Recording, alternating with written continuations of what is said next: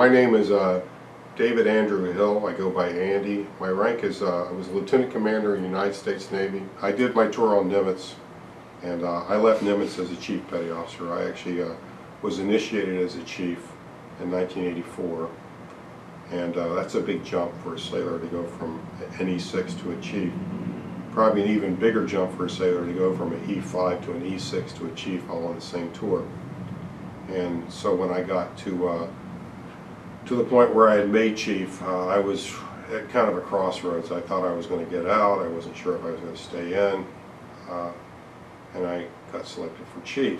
So I went to interview with the Tennessee Valley Authority because I figured I could get a job as a commercial nuclear operator and just do that whole job that I thought I needed to do. And it was really funny because I was talking to the guy at the TVA, and he says, "Well, you just got selected for Chief and you're getting out of the Navy?" And I said, "Well, I might." And he says, "Well, if you didn't get out of the Navy, where would you go?" And I said, "Well, I've just finished 4 years of sea duty, and I can pretty much go anywhere I want because I got these really high qualification scores when I went through nuclear power school and prototype. So I could be an instructor, I could do anything I wanted." He says, "Well, why don't you just do 20 years and then come back and work for TVA when you're done with that?" He says, "We're not going anywhere, you know, we're always going to be here." And I said, "Well, wait a minute, aren't I asking you for a job and you're telling me to stay in the Navy?" He says, "Well, you need to think about that." He says, "TVA's not going anywhere. You might be going somewhere in the Navy." And I took that to heart. I went home and I talked to my father. My father was very ill at the time. He had cancer, and he was not going to be with us much longer. And I asked him. He says, "Well, I think you like what you do. You're good in the Navy." He saw me in khakis and he said, "You know, why don't you stay in the Navy?" And I said, "Yeah, I should do that." So I went to shore duty as the instructor at nuclear power school, and then I found my way to a commissioning program. So I did a second career, another 17 years as an officer in the Navy, and I got to do some things as an officer that I would have never got to do as an enlisted man. And I did some things working for, you know, what would have been Admiral Rickover if he hadn't been retired. Okay, I actually interviewed with Admiral McKee, and Admiral McKee was essentially one of these steely-eyed submarine sailors that you would probably never want to meet on a battlefield. But he was a good man, and he basically saw that I had some promise, and he said, "Well, you know, you're hired to be a nuclear officer." And I basically started my way.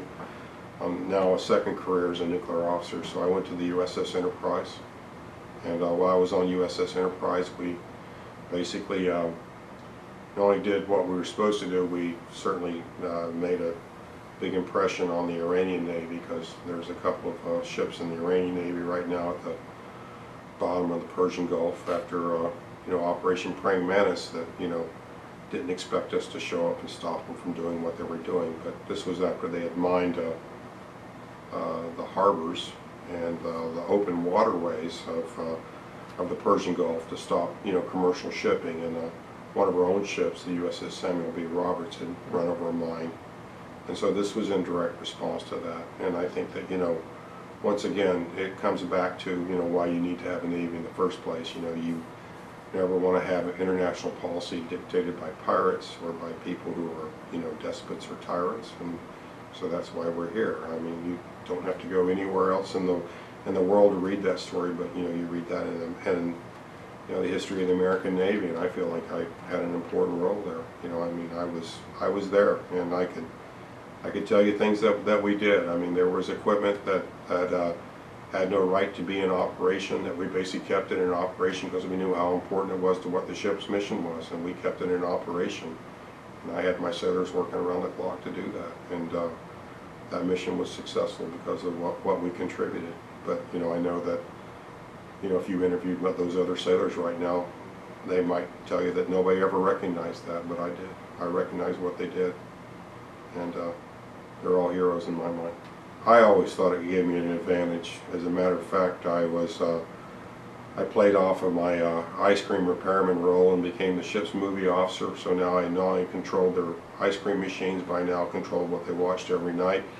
So anytime a squadron officer came to my door and asked for a movie, there was always an implied, so what are you going to do for engineering reactor department today? And they didn't know how to answer that question, so I told them how to answer the question. But it was always like, when you see one of my guys walking down the hallway, you should say thank you. When you see basically the guys in coveralls, basically doing their job, you should stop and tell them a good word or at least a smile. And to this day, I think that when any of those aviators see 30 knots of wind over the deck, they now know where it's coming from, because I made sure that they understood that those were the sailors that were doing it. So I think that was a big part of my second career, was to basically not only just do my job, but to make sure that the people around the ship knew how much of a team we really were, because it wasn't really about the movies or the ice cream or the 30 knots of wind over the deck.